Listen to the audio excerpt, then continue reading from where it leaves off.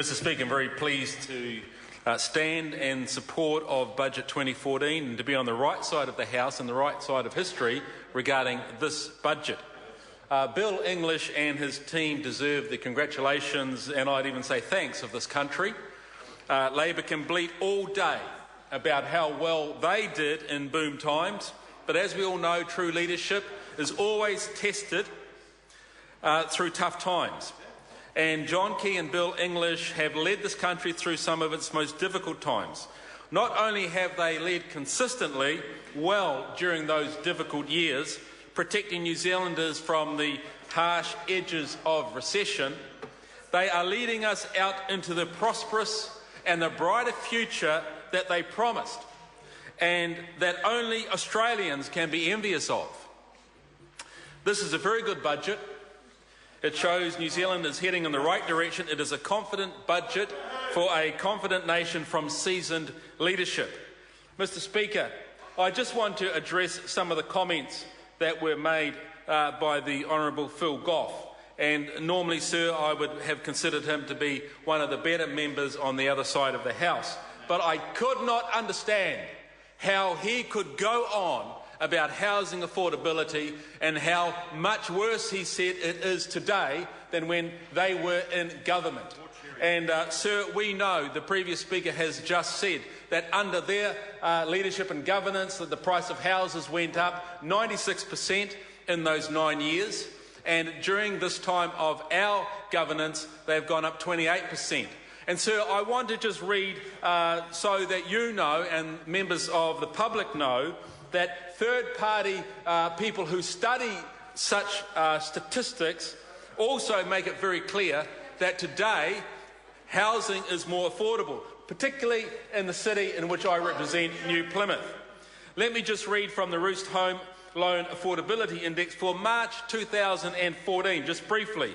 It now takes 53.4% of one median income to pay the mortgage on a median-priced house purchased in March. And it goes on to say the affordability index for New Plymouth reached its highest point of 89.4% in September 2007. Guess who was in government?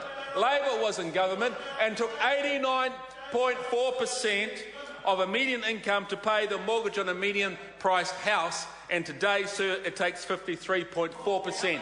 I tell you what, that if you want to own a house, you come to New Plymouth. This is the place that David Cunliffe said everybody was fleeing from. And this is the problem, sir, I think, with the members on the other side of the House, is that they say stuff that's not true.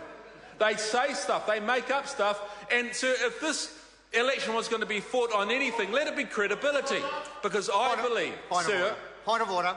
The member said that members on this side of the House say things that are not true. Well, you hauled me up for that. No, I didn't. No, I didn't.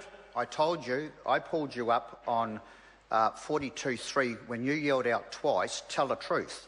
Now, that's an unparliamentary term because that's a reflection on members within the House and the dignity of the House, because all members are honourable.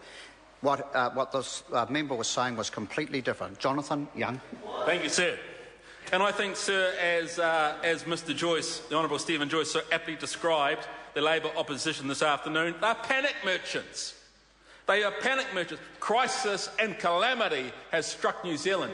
And let me tell you, the people out there who listen to this, who read the newspapers, scratch their heads when those sort of statements are made. A regional crisis, a manufacturing crisis, an export crisis, housing crisis, immigration crisis, everything's a crisis. Gee, they wake up every morning feeling grumpy, you can tell. Sir, the headline on the 15th of October 2013 said, Cunliffe blames the government for Taranaki exodus. Another crisis in the wonderful province and region of Taranaki. He said Taranakians are leaving the province in droves because they are being forgotten by the national government. Sir, why I'm raising this is because this budget is solid and sensible. Please interrupt the honourable member. The time has come to me leave the chair for the dinner break. This debate is interrupted. I shall resume the chair at 7:30.